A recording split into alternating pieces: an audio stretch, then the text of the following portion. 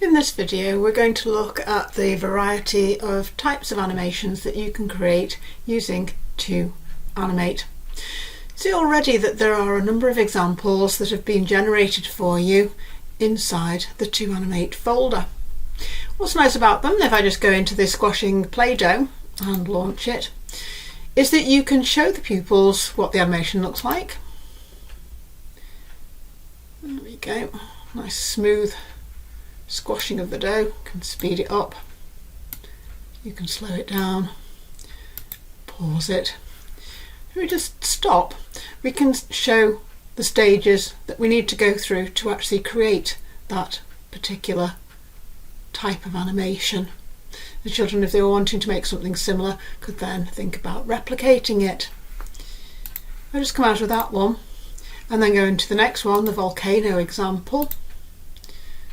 Similar thing here, in that we can see that we have a pre-made background in this particular one rather than just drawing straight away. So we have a background and then we're going to just start to introduce extra bits onto each one. Let's see what it looks like when we play it. So our volcano is erupting on this particular one. Oops. Just exit that one.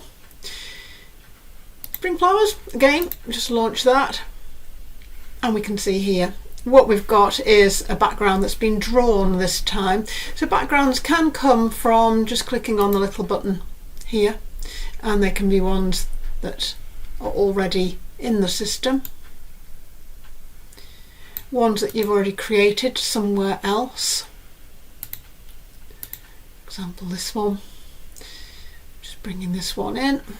Okay. It says, do you want to replace it? Yeah, we'll do all the frames. So instantly I've just changed this anyway by putting my own background into it. But you can see very easily how the whole thing works. Gradually making our flower bigger and bigger. So we see the example frames. We also see the number of frames that it takes just to generate this. 20 frames to get from nothing to a flower. Let's just exit that one as well. We have a number of other examples in here, like the time machine. Let's have a quick look at that. Again, very handy just for showing pupils. You've got a background that's been generated. That stays the same, but you can see from here that the actual wardrobe changes its orientation.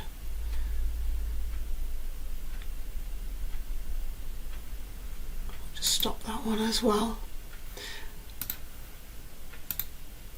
Other ones that you have available to you are just examples of what can be created, not allowing you to go and have a look and see what the background's all about. But this could be a challenge to say, can you create something similar to this? How would you go about doing it? This is our genie in a bottle. I'm sure people will be able to work out how that was created. By the time we finish this workshop, you'll have an idea anyhow. So we exit that one. So there are examples there that you can actually show to your pupils, and you can see that they do cover a wide range of areas of the curriculum already. But how do we know which one we're going to want to use? There's basically a number of different types that you can create. I'm going to start off by going into 2Animate. And in this one, what we're going to do is have a static background, but then have things start to move around it. So let's get my background. What should we have? I'm going to take this tree, put it on all frames because I'm going to show the changes in the seasons. And in here, what I could then do is say, brilliant stuff. I can just start putting bits of blossom on it. Let me see if I can find a pink. Pink would be better. Pink to give me a bit of a blossom starting to come out on my tree. I go on to the next one. Oh, but I don't know what's happened on the first one, do I? So what I need to do is just make a copy of the previous one. You see, I just dragged one to the next, and then I can increase the number that I've got in here and drag on to the next, and increase what I've got and drag on to the next. We should see a tree in full blossom by the time we finish. So if I now play this, see how it's all appearing. Static background, but things appearing on it.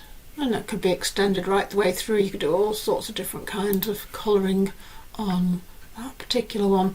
If you didn't want to do it using the background that's already there, what you can do is, let's create a new one. Let's just generate a basic tree. That's a filled in shape, so we can use our little tools here and fill it in. There we go. Now I'm just going to use my skills. Well, they're a bit chunky. Let's make some slightly finer branches on here. So this is going to be the thing that stays the same, and then we're going to alter what happens to it. I'm going to use my circle tool on here and then select some apples to go on my tree. There we go. 1, 2, 3 have appeared. Drag it onto the next. 4, 5, 6. Drag it onto the next. 7, 8, 9, 10. That'll do. Drag it onto the next one, and then if we play that one again, you can see the tree stays the same, but things appear upon it. So that's one way of doing things. As the volcano one is very similar to that, where the mountain stays the same, but the lava and all of the steam and the smoke coming out of it alter.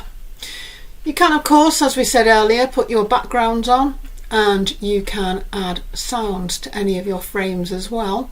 If I wanted to add a sound, just click on the frame that I want, click add sound, and then we have loads that are already created for you inside this little drop down as well.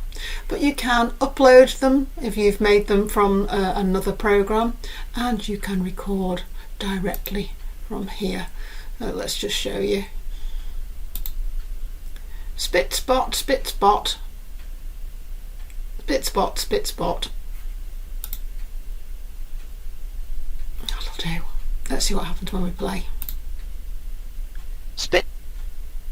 Spit. Spit.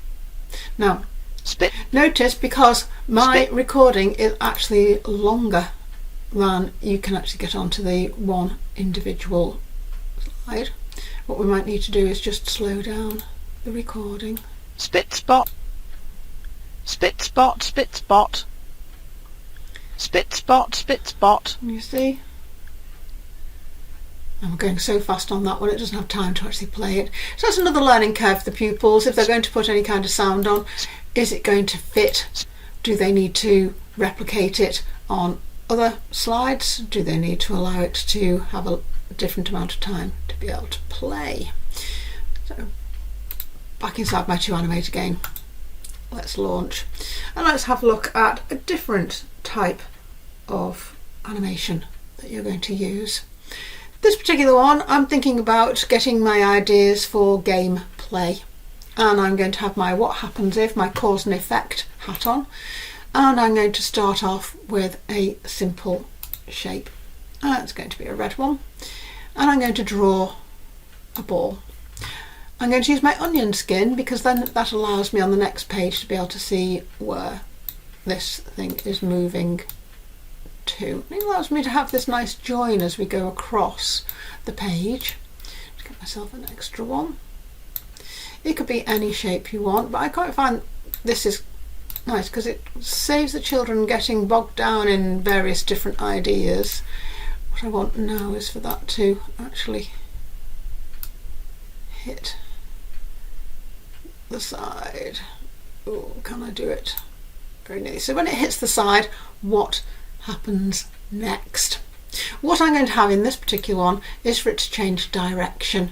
So it's now going to start moving that way. and it's going to move up a bit more and a bit more. This is my ideas. I might then want to take this on to do some coding, so once it hits that one it's going to then bounce off in this direction. We'll be able to see that it's moving around the screen.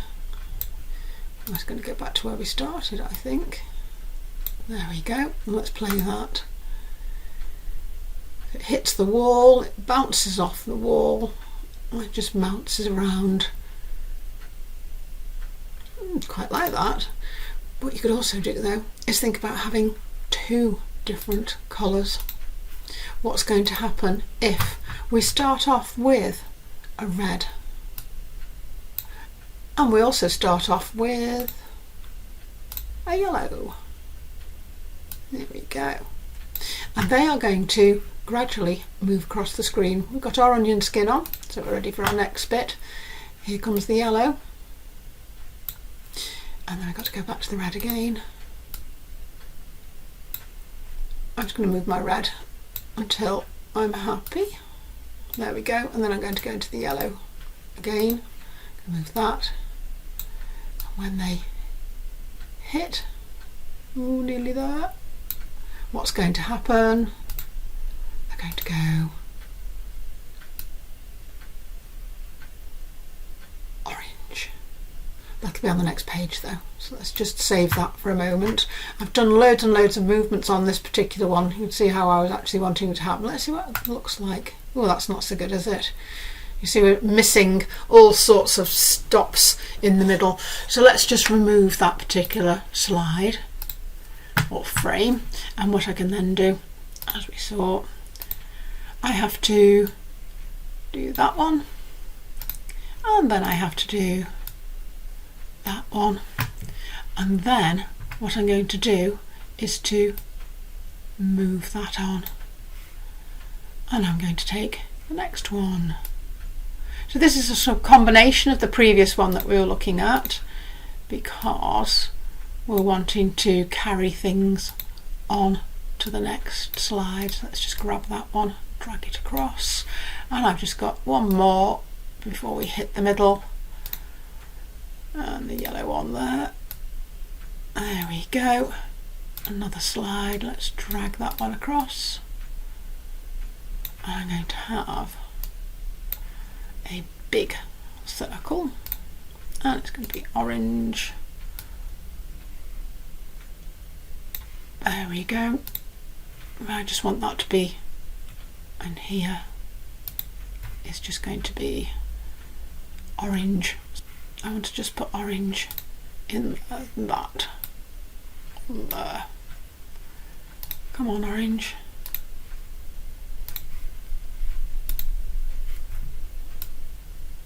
There we go. Now we can see it. What's it up to? And I'm going to also have some extra bits coming out the side. Ooh. Not sure how that's going to work out. Let's play it and see. Oof. An explosion of orange. I can actually make that much better if we just refine stuff as we're going along. You can see all sorts of different ideas of how we might progress through. We could do that as a flowchart, saying what we want to happen with it, and then, as I said, perhaps take that through to creating some code with it, looking at cause and effect or consequences of what might go on next. Another way of using your 2Animate is to use the camera button here. What you might like to do is to use your iPads if you've got any. If you've got webcams, they'll suffice. And what we need to do then is to make sure that we have a stage, and again keep it quite simple. My camera, and here it's got my stage. I've just got one simple object that I want to move around. If I just click, normally what you would want to do is to put something sort of in the background so that you can't see anything that's happening on the sort of peripheral parts. So make yourself a nice background stage. It's all part of the setup of everything. But on here, I'm just going to click, and I've got my first frame. Move on to the next one.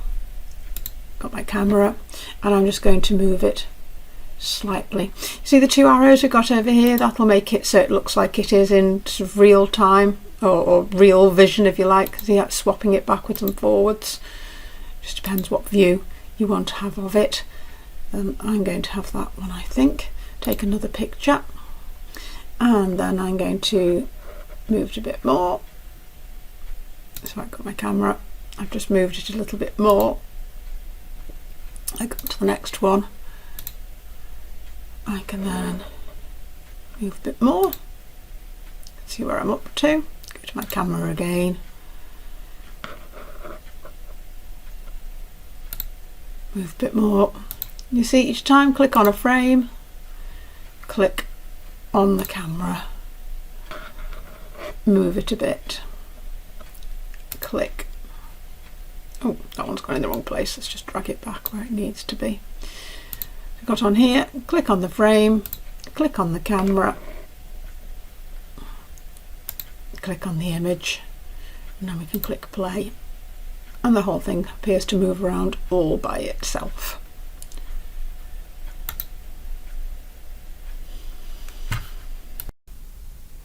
What you'll find if you just want to do a quick look or show your pupils basically how this works, there's a really handy video guide here. We're going to use 2Animate to make an animation. And when you start 2Animate, you can see all the pens on the side here. I can press this button to scroll through all the different colours. Also, on this tab here is as you can see, it's a 5-minute video, but you can stop it, you can fast forward it, you can rewind it as many times as you want to, and you can also make it up onto a large screen. Currently they're updating those videos, but you get the general gist of where everything is at on there. The other place you can also have a look at is inside Teachers, User Guides and Planning, and there's a complete written guide for your 2Animate in here. Introduction basically tells you what I've just said there about the video guide button and the actual screen layout, and then we've got our main menu of what all the different buttons actually mean when we click on the little burger menu at the side. Our different tools, you've got the painting tools guide here. These are actually up to date. This is the current version. So just familiarise your pupils with those before they start. And then we also have the sound picker, which allows you to use all the ones that are already there, but you can create your own music. You could also upload a piece of music that you've created somewhere else in the Purple Mash system, or it could be made in something similar to Audacity or another music making tool, GarageBand, something like that, and you could use that within your animation as well. Just clicking the record button would allow you to do things like they do on radio players, where you make all of your sound effects before you even start. Let's go back into the main part again, into our guide. We've got the tools, and we've also got the frames themselves, explaining how that all works, how you can drag them to reorder them. You can insert ones if you feel that you've missed something out. Just really nice tools. Again, about the onion skins, how that allows you to be able to see a shadow of what's been there before, so it allows things to join up nicely. All those lovely different buttons we mentioned, and then we've got some good examples I showed you earlier. It says on here, yes, you can use it for a wide variety of uses, from science to storytelling. You could just start off very simple with a smiley face and then move into things that are far more complex. You could be building pyramids, you could be showing the story of a sum, you could actually animate anything you want to. It doesn't always have to be plasticine, and it can really help children to be able to explain their ideas and their thoughts in just a slightly different way. So have a go. It's something that the children really love to do, and it doesn't take that much in the way of preparation and equipment.